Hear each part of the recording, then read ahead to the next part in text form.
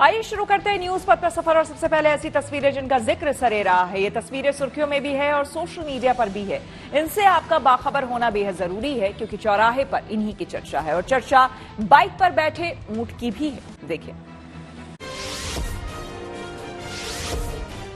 पंजाब के deputy CM Sukhbir Singh Badal पर हमले का वीडियो सामने आया, जिसमें दिख रहा है आरोपी वहां सेवादार के तौर पर बैठे सुखबीर की ओर फायरिंग कर रहा है। हालांकि फिर उसे तुरंत ही पीछे धकेलते हुए पकड़ लिया गया।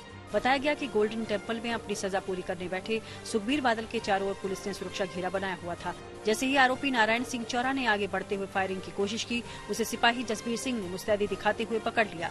कहा जा रहा है कि नारायण सिंह चौरा पर हत्या, आर्म्स एक्ट और विस्फोटक एक्ट जैसे गंभीर मामलों में कुल 31 एफआईआर दर्ज हैं। वो अमृतसर जेल में भी बंद रहा है। बिहार के पूर्व मंत्री मुकेश सहनी का डांस करने का एक वीडियो सोशल मीडिया पर वायरल हो गया। दरअसल विकासशील इंसान पार्टी के अध्यक्ष मुकेश सहनी लखीसराय में एक शादी समारोह में पहुंचे हुए थे। ये शादी समारोह उन्हीं की पार्टी के नेता बैजनाथ सहनी के बेटे की शादी का था। इसमें मुकेश सहनी अपने कार्यकर्ताओं के साथ थिरक उठे। सोशल मीडिया पर एक वीडियो वायरल हो गया जिसमें एक बाइक पर ऊंट भी बैठा नजर आया। इस ऊंट को बाइक के पीछे बैठे युवक ने पकड़ा हुआ था, जबकि सबसे आगे एक युवक इस बाइक को चला रहा था। जैसे ही वीडियो सामने आया, ये वायरल हो गया। वीडियो को पीछे से चल रही एक और बाइक ने शूट किया था। पश्चिम बंगाल के हुगली में एक साइंस टीचर ने एक अनोखी महिला रोबोट बना दी जो चर्चा में आ गई। दरअसल ये रोबोट आर्टिफिशियल इंटेलिजेंस की मदद से इंसानों जैसी हरकतें करती है, साथ ही इंसानों की तरह बोल भी सकती है। दावा है कि ये पल भर में ही सामान्य ज्ञान से लेकर विज्ञान तक देश दुनिया की पूरी जानकारी दे सकती है।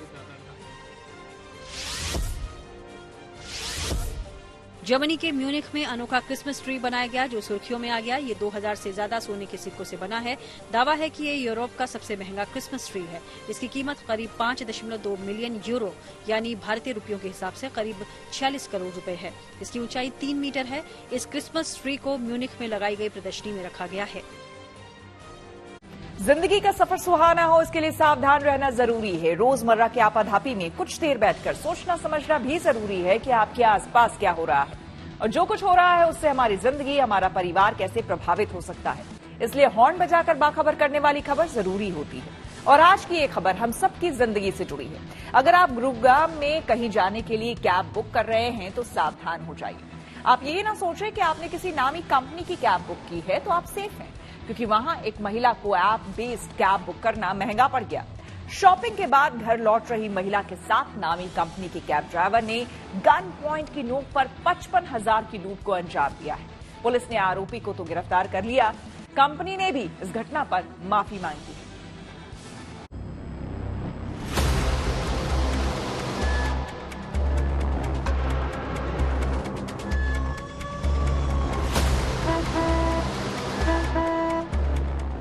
देश की राजधानी दिल्ली के पास हरियाणा का जिला गुरुग्राम, जिसे टेक्नोलॉजी हब कहा जाता है, जहां बड़ी बड़ी कंपनियों के दफ्तर हैं, शानदार मॉल्स हैं, जहां की नाइट लाइफ लोगों को अक्सर आकर्षित करती है, जिसे भारत का सिंगापुर कहा जाता है। उसी गुरुग्राम में एक महिला को शॉपिंग के बाद ऐप बेस्ड कैब बुक करना महंगा पड़ गया। घटना 29 नवंबर की है, जब एक महिला ने आयरिया मॉल से गुरुग्राम के माइक्रोटेक ग्रीनबर्ग सेक्टर 86 जाने के लिए एक नामी कंपनी की कैब बुक की। लेकिन उसे क्या पता था कि उसकी ये राइड जिंदगी का एक बेहद बुरा सपना साबित होगी, क्योंकि ड्राइवर ने महिला को उसके घर तक पहुंचाने की जगह उसके साथ लूट की वारदात की। ड्राइवर ने एक सुनसान जगह पर कैब रोक महिला को डराया, धमकाया और वारदात को अंजाम दिया। ड्राइवर ने महिला को गन पॉइंट पर ले उसे बंधक बना लिया, जिसके बाद महिला के मोबाइल से 55,000 रुपए अपने अकाउंट में ट्रांसफर करवा लिए और उसे बीच रास्ते में छोड़ फरार हो गया। वारदात बीते शुक्रवार की है, जहां गुरुग्राम के 86 की रहने वाली महिला एक मॉल में खरीदारी करने के लिए गई थी। जब महिला वहां से वापस लौट रही थी तो उसने प्राइवेट कैब बुक की थी। इसी कैब ड्राइवर ने महिला और उसके बेटे को टॉय गन की मदद से गन पॉइंट पर ले लिया और उसके अकाउंट से 55,000 रुपए के करीब पैसा अपने अकाउंट में ट्रांसफर कराया था। वारदात के बाद घबराई महिला ने गुरुग्राम पुलिस को इसकी शिकायत दी तो पुलिस हरकत में आई, जांच शुरू की और आरोपी कैब ड्राइवर को गिरफ्तार कर लिया। आरोपी ड्राइवर उत्तर प्रदेश का रहने वाला है और उसका नाम सोनू सिंह है। कैब ड्राइवर के द्वारा महिला से गन पॉइंट पर 55,000 रुपए ट्रांसफर करवा लिए गए। इसमें गुरुग्राम पुलिस द्वारा कार्रवाई करते हुए महिला द्वारा दी गई शिकायत पर एफआईआर रजिस्टर कर ली गई तथा केस की इन्वेस्टिगेशन के दौरान आरोपी ड्राइवर को अरेस्ट किया जा चुका है। आरोपी है वो जो उसका नाम सोनू है तथा वो जालौन उत्तर प्रदेश का रहने वाला है। कैब एक निजी कंपनी की ऐप से बुक की गई थी तथा गुरुग्राम पुलिस पहले भी महिला सुरक्षा को ध्यान में रखते हुए आप लोगों के माध्यम से आमजन को सूचना दे चुकी है। कोई भी महिला यदि ट्रेवल करती है किसी भी समय पर दिन में या रात्रि में तो वो अपनी ट्रिप को 112 नंबर पर डायल करके मॉनिटरिंग उसकी करवा सकती है। गुरुग्राम में हुई ये वारदात हम सभी को चौकन्ना करने वाली है, क्योंकि आजकल इस तरह के ऐप बेस्ड कैब सर्विस का चलन काफी बढ़ गया है। दिन हो या रात, लोग आने जाने के लिए इनका इस्तेमाल बड़े पैमाने पर करने लगे हैं। कैब कंपनियां तमाम सुरक्षा फीचर्स देने के दावे करती हैं, लेकिन इसमें एक बड़ा सवाल ये भी है कि जो लोग इन कैब से सफर कर रहे हैं वो कितने जागरूक हैं।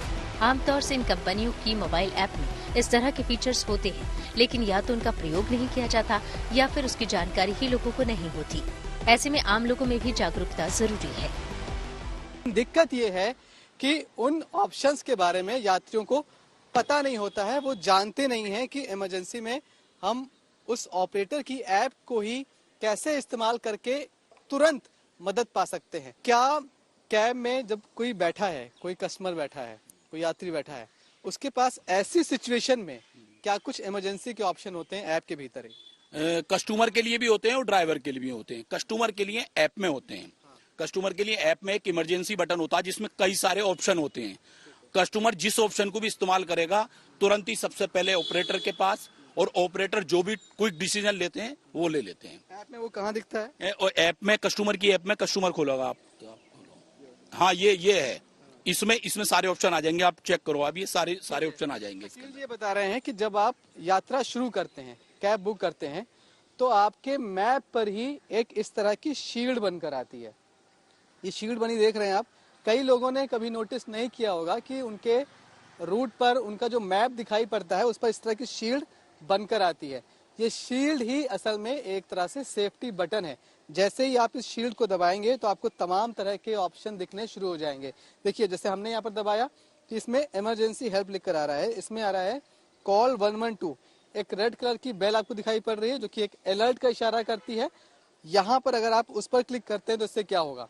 इससे 112 पर सीधे कॉल नहीं जाएगा, डायरेक्ट कॉल नहीं जाएगा, बल्कि उसके पहले आपकी लोकेशन, आपकी करंट लोकेशन, आपकी कैब की लोकेशन और आपकी कैब की डिटेल सबसे पहले आपके ऐप ऑपरेटर पर जाएगी और वो उसे इमरजेंसी के तहत दिखाई पड़ेगी। मतलब वो कैब ऑपरेटर तुरंत वहां से कोई भी एक्शन लेने के लिए तैयार हो जाता है। वो समझ जाता है कि उसका पैसेंजर खतरे में है। भले ही पुलिस ने आरोपी कैब ड्राइवर को गिरफ्तार कर लिया हो, लेकिन इस वारदात ने उन तमाम दावों की पोल खोल दी है जिनमें इस तरह की ऐप बेस्ड कैब सर्विस कंपनियां सुरक्षित और सुगम यात्रा के दावे करती हैं। तमाम सुरक्षा इंतजामों के दम भरती हैं। यात्रियों की सेफ्टी के लिए कैब में पैनिक बटन और अलर्ट अलार्म जैसे सिक्योरिटी फीचर्स देने का दावा किया जाता है, लेकिन इस तरह की वारदात इन तमाम दावों की पोल खोलने के लिए काफी है। जब भी आप यात्रा करें, सजग रहें, जानकारी रखें। इस बात की जानकारी जरूर रखें कि आपको मदद कैसे मिलेगी, ताकि आपकी यात्रा अच्छे से बीत जाए। बुरी बात यही है कि अधिकतर लोगों को अपने ऐप में, उनकी ऐप में फीचर है, इस बारे में पता ही नहीं होता है। कैमरामैन शैलेंद्र के साथ Manish Chaurasia, good news today, Delhi. Delhi विधानसभा चुनाव में बीजेपी उतारेगी बड़े चेहरे। केजरीवाल के खिलाफ लड़ सकते हैं पूर्व सांसद प्रवेश वर्मा। सूत्रों के हवाले से खबर, आम आदमी पार्टी के कुछ विधायक और पार्षद बीजेपी के संपर्क में। आइए सीधे आपको लिए चलते हैं न्यूज एक्सप्रेसवे पर, जहां कुछ और जरूरी खबरें कर रही हैं आपका इंतजार। महाराष्ट्र में नई सरकार गुरुवार को शपथ लेगी। ये शपथ ग्रहण समारोह शाम 5:30 बजे आजाद मैदान में होगा। इस दौरान देवेंद्र फडणवीस अगले मुख्यमंत्री पद की शपथ लेंगे, जबकि एकनाथ शिंदे और अजित पवार डिप्टी सीएम होंगे। दिन में खुद फडणवीस ने शिंदे और पवार के साथ राजभवन जाकर अपना समर्थन पत्र भी सौंप दिया। इससे पहले मुंबई में बीजेपी विधायक दल की बैठक में सर्वसम्मति से देवेंद्र फडणवीस को नेता चुना गया।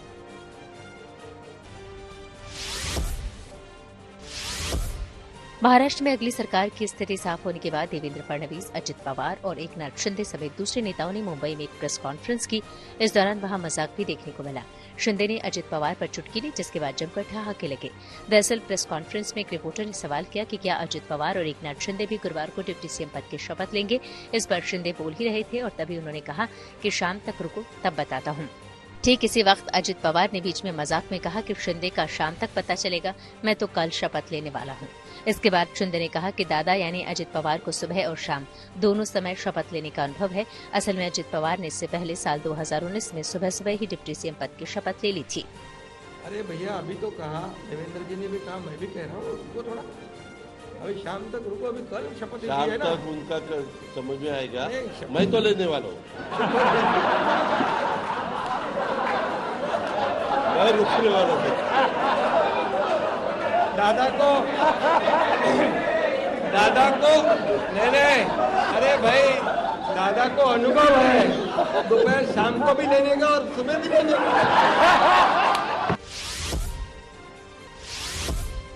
हाल में सांसद के तौर पर शपथ लेने वाली प्रियंका गांधी ने संसद भवन परिसर में गृहमंत्री अमित शाह से मुलाकात की। इस दौरान उन्होंने अपने लोकसभा क्षेत्र वायनाड के लिए राहत पैकेज की मांग की। पिछले दिनों वहां बादल फटने से काफी नुकसान हुआ था। कांग्रेस सांसद प्रियंका गांधी का संसद परिसर में कुछ महिलाओं के साथ बातचीत का वीडियो वायरल हो गया। इसमें कुछ महिलाएं प्रियंका से मिलने के दौरान जय श्री राम कहती सुनाई दी, जिसके बाद प्रियंका ने जय सिया राम शब्द बोले, साथ ही कहा कि सीता को मत छोड़ो।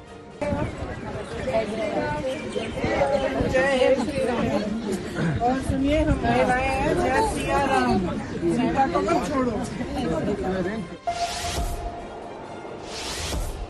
दिल्ली मेट्रो को एक और बड़ी कामयाबी मिली। दरअसल उसने दक्षिणी दिल्ली में करीब 2.5 किलोमीटर लंबी सुरंग तैयार कर ली, जो चौथे चरण की सबसे लंबी सुरंग है। ये सुरंग तुगलकाबाद वायुसेना लॉन्चिंग शाफ्ट और मां आनंदमयी मार्ग के बीच बनाई गई है।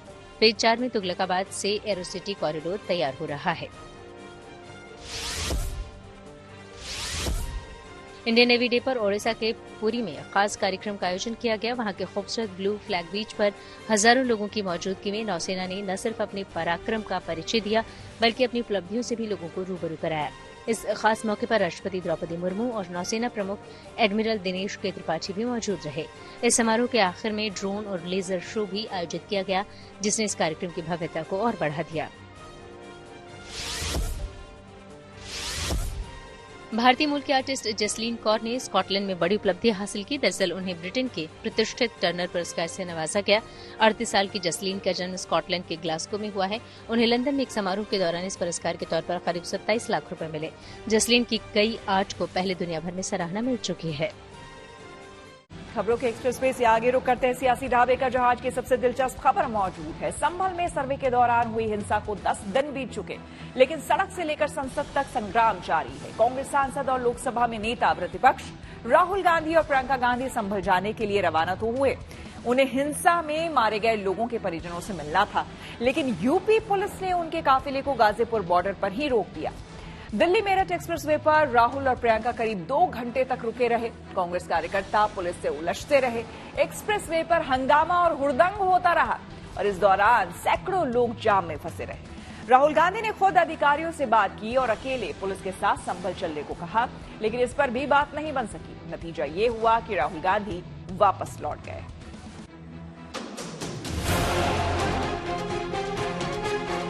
ये खुदाई जो है हमारे देश का गंगा जमनी तहजीब को खो देगा।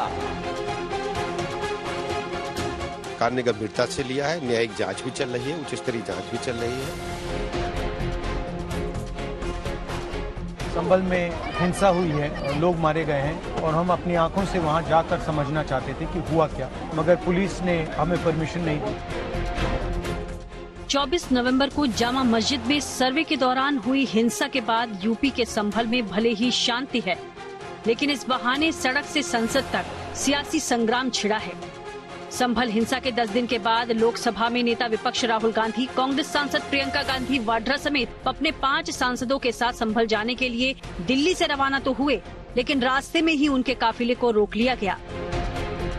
लाव लश्कर के साथ आगे बढ़ रहे राहुल प्रियंका को उत्तर प्रदेश और दिल्ली के गाजीपुर बॉर्डर पर रोका गया। लगभग 2 घंटे की गहमा गहमी के बाद आखिरकार राहुल एंड टीम को दिल्ली लौटना पड़ा। ये वो लक्ष्मण रेखा है जो प्रशासन ने खींची है। आप देखिए 1, 2 और 3 बैरिकेड, 3-4 बसें उस हाईवे पे लगाई हैं जो 24 घंटे रात और दिन को चलता है। यहाँ खाकी का समुंदर है और इस तरफ कांग्रेस कार्यकर्ता है। 1-2 बैरिकेड तोड़फोड़ करने की कोशिश यहाँ कार्यकर्ताओं ने की। हालांकि पुलिस की बॉडी लैंग्वेज से लग रहा है कि वो समझाने के मूड में है, लगातार कह रही है कि इससे आगे मत बढ़िए। राहुल गांधी की गाड़ी आपको नजर आ रही है, कैमरे जहाँ पे दर्जनों कैमरे आपको पीछे नजर आ रहे हैं, वहाँ पे राहुल गांधी की गाड़ी खड़ी हुई है। राहुल के काफिले को रोकने के लिए यूपी दिल्ली बॉर्डर पर बैरिकेडिंग लगाई गई थी। पुलिस का भारी बंदोबस्त था, 3 लेयर में सुरक्षा के इंतजाम थे। राहुल गांधी को रोके जाने से कांग्रेस कार्यकर्ता नाराज हो गए। उन्होंने बैरिकेडिंग को तोड़कर आगे बढ़ने की कोशिश की। हालांकि वहां मौजूद पुलिस ने उन्हें आगे बढ़ने से रोक दिया। और लगातार सुरक्षा बल है, जो पुलिसकर्मी है वो किसी भी तरह की अनदेखी नहीं होने देंगे। जब राहुल आगे नहीं बढ़ सके तो उन्होंने प्रशासन से 5 लोगों के प्रतिनिधिमंडल के साथ संभल जाने की अनुमति मांगी। पुलिस की कोशिश थी कि उनका पूरा दल जाए, लेकिन उनको लगा कि अगर प्लान ए काम नहीं आता है तो कहीं ना कहीं प्लान बी पे काम हो। और प्लान बी ये है कि राहुल गांधी और प्रियंका गांधी संभल जा सके और पीड़ित परिवार से मिल सके। और ऐसे में कहना है कि भाई जो धाराएं लगी हैं उसके तहत 5 लोगों की अनुमति होती है। अगर 144 से 163 की बात हो रही है तो हम 5 से ज्यादा लोग नहीं जाएंगे और प्रदेश प्रभारी और अध्यक्ष समेत 3 और लोग जा सकते हैं, लेकिन उसकी भी अनुमति नहीं दी गई है। प्रशासन ने कह दिया है कि जब पाबंदी है तो पाबंदी है। लेकिन इस मांग को भी ठुकरा दिया गया, जिसके बाद राहुल गांधी ने खुद अधिकारियों से बात की और अकेले पुलिस के साथ संभल चलने को कहा, लेकिन बात नहीं बन सकी। संभल जाने की कोशिश कर रहे हैं, पुलिस मना कर रही है, अलाउ नहीं कर रही है। एज एलओपी मेरा अधिकार बनता है कि मैं जा सकता हूं, मगर तब भी वो मुझे रोक रहे हैं। मैंने कहा है कि मैं अकेला जाने को तैयार हूं, पुलिस के साथ जाने को तैयार हूं, मगर उन्होंने वो भी बात एक्सेप्ट नहीं की और अब कह रहे हैं कि कुछ दिनों में अगर हम वापस आएंगे तो फिर वो हमें जाने देंगे। काफी मशक्कत के बाद भी काफिला आगे नहीं बढ़ पाया। राहुल और प्रियंका ने उन्हें रोके जाने पर नाराजगी जताई। राहुल ने आरोप लगाया कि उनको संभल जाने से रोकना उनके संवैधानिक अधिकारों का हनन है। एक्चुअली जो एलओपी के अधिकार हैं उसके खिलाफ है, मुझे अलाउ करना चाहिए। कॉन्स्टिट्यूशन है ना,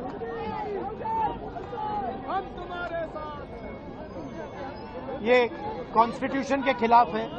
हम सिर्फ संभल जाना चाहते हैं, देखना चाहते हैं वहाँ क्या हुआ, लोगों से मिलना चाहते हैं, मगर हमारा जो कॉन्स्टिट्यूशनल अधिकार है, मेरा जो कॉन्स्टिट्यूशनल अधिकार है, उसको मुझे दिया नहीं जा रहा है। देखिए, जो संभल में हुआ है वो गलत है। राहुल जी नेता प्रतिपक्ष हैं, उनके संवैधानिक अधिकार होते हैं, वो बाकी लोगों से अलग होते हैं, उनको रोका नहीं जा सकता इस तरह से। उनका संवैधानिक पद है, संवैधानिक अधिकार है कि उनको अलाउ किया जाए कि वो पीड़ितों से मिलने जाएं। उन्होंने ये भी कहा कि मैं अकेला चले जाऊंगा, यूपी की पुलिस के साथ मैं अकेला चले जाऊंगा, मुझे अकेला ले जाइए। वो भी करने के लिए तैयार नहीं है। पुलिस वालों के पास कोई जवाब नहीं है। शायद उत्तर प्रदेश की स्थिति क्या ये है कि आप इतना भी नहीं संभाल सकते, तो फिर आप इतना गर्व से क्यों कहते हैं कि लॉ एंड ऑर्डर आपने संभाल रखा है यूपी में। लेकिन कांग्रेस का प्रतिनिधि मंडल सड़क पर डटा रहा, जिस वजह से एक्सप्रेस वे पर काफी लंबा जाम लग गया। काफी देर तक ट्रैफिक में फंसे लोगों का सब्र जवाब दे गया तो जनता का गुस्सा कांग्रेस कार्यकर्ताओं पर फूट पड़ा। गाजियाबाद के एडिशनल कमिश्नर ने राहुल के आरोपों को नकारते हुए संभल के जिलाधिकारी के आदेश का हवाला दिया, जिसके अनुसार 10 दिसंबर तक बाहरी लोगों के संभल जाने पर रोक लगाई गई है। संभल कलेक्टर के द्वारा, जिलाधिकारी के द्वारा वहां प्रतिबंधी लगाए गए हैं। वहां बिल्कुल स्थिति नॉर्मल है। एक्सटर्नल जो लोग जाने से वहां स्थिति को नुकसान ना हो, इसलिए वहां से जो डीएम ने ऑर्डर जो प्रतिबंधी लगाया उनको समझाया गया है और उनको समझाने के बाद उनको वापस दिल्ली भेज दिए गए। घंटों की मशक्कत के बाद राहुल का काफिला जब दिल्ली लौटा तो आवाजाही सामान्य हो पाई। ट्रैफिक खोली गई है और प्रशासन से बातचीत के बाद राहुल गांधी अब वापस जाएंगे, क्योंकि आगे जाने की तो अनुमति उनको है नहीं।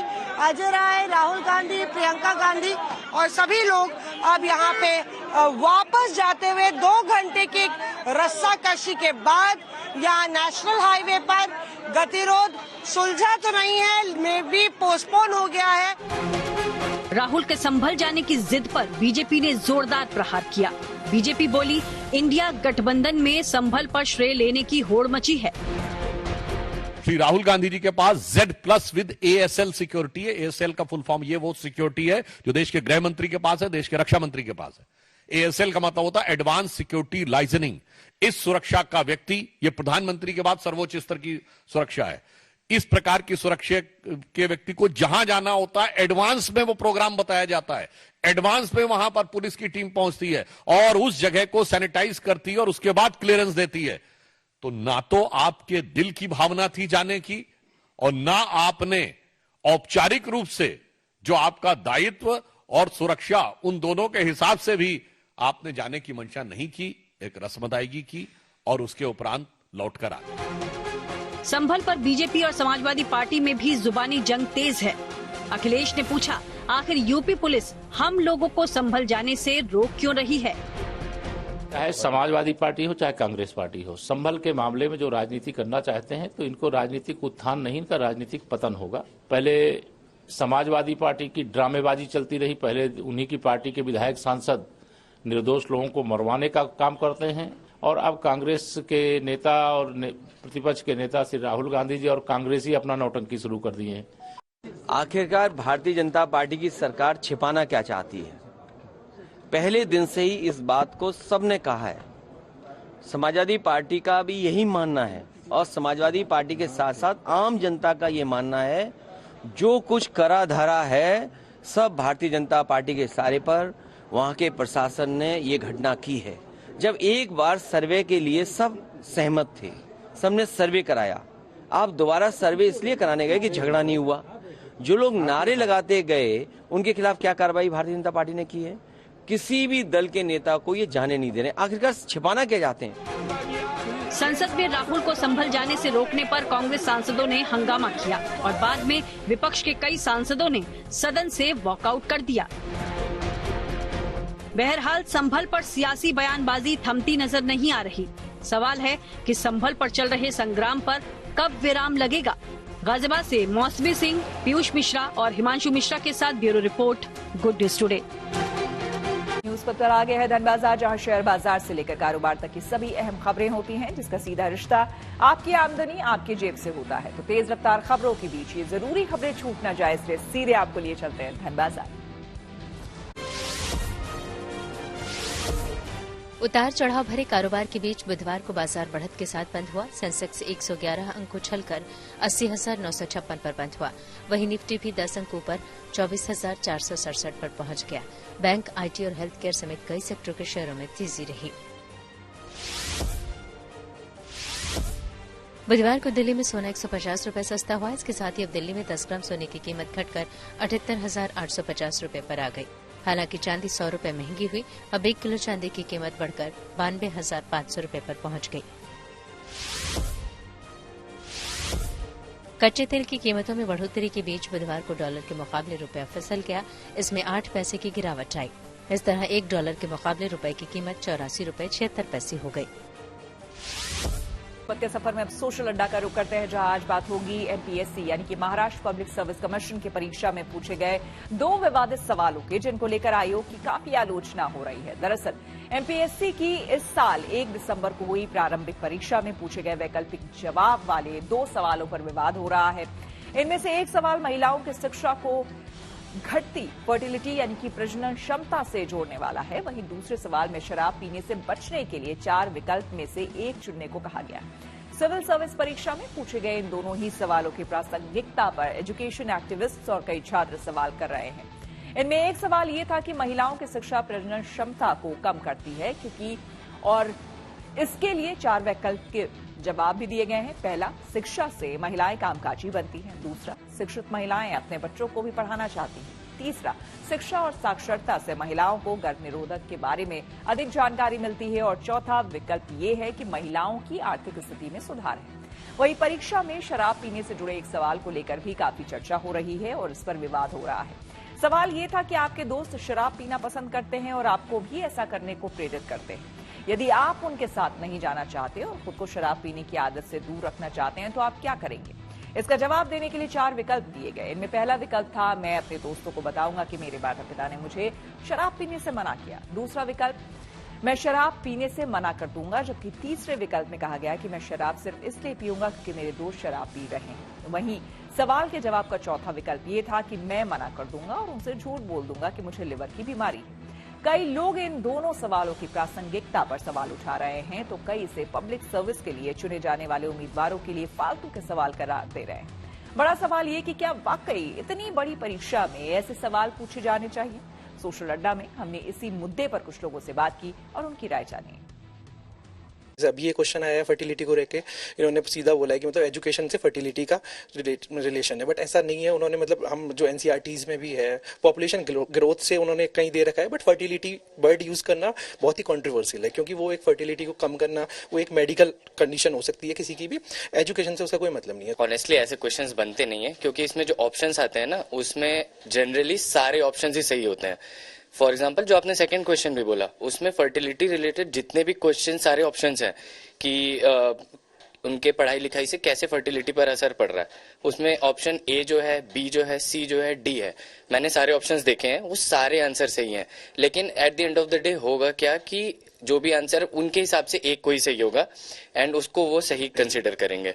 और जहां तक ये बात आती है पहले वाले क्वेश्चन की अल्कोहल वाली, तो वो that is a personal choice, वो किसी का ऐसे नहीं हो, मैं क्यों रोकूंगा किसी को। अल्कोहल पे क्या है कि सबका अपने अपने मतलब पर्सनल चॉइस होती है, सो सबका ओपिनियन अलग होता है। और अगर यही सब्जेक्टिव क्वेश्चन होता तो इसके आंसर्स भी लिखने में अलग होता है, लेकिन ये क्योंकि प्रीलिम्स का था तो डेफिनेटली इसमें क्या एक आंसर फिक्स होता है, तो इसमें फिर वेगनेस काफी ज्यादा है, इससे कहीं ना कहीं कंट्रोवर्सी और इरप्ट होगी।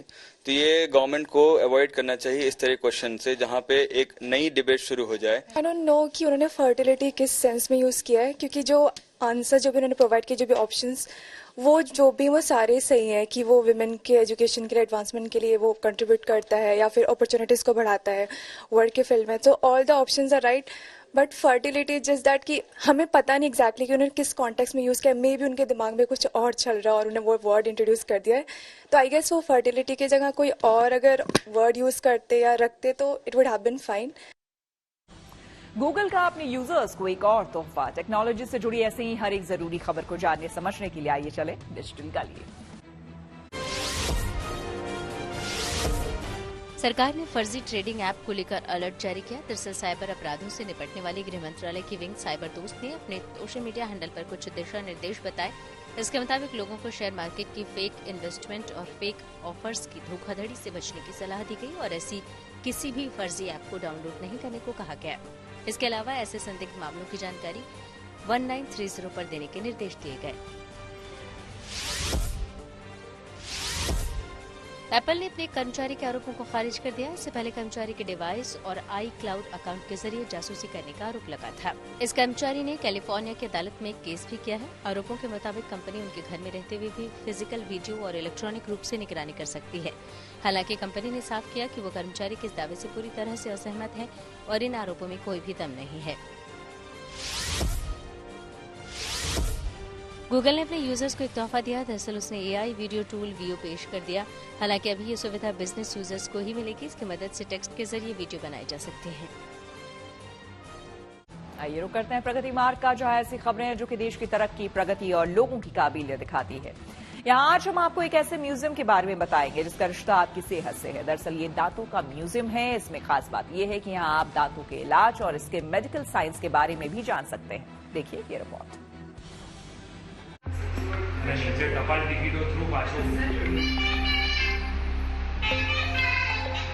ये किसी कार्टून फिल्म का दृश्य नहीं है, बल्कि ये तो दांतों की सफाई और उनकी देखभाल के लिए जागरूकता फैलाने के मकसद से की गई एक अनोखी कोशिश है।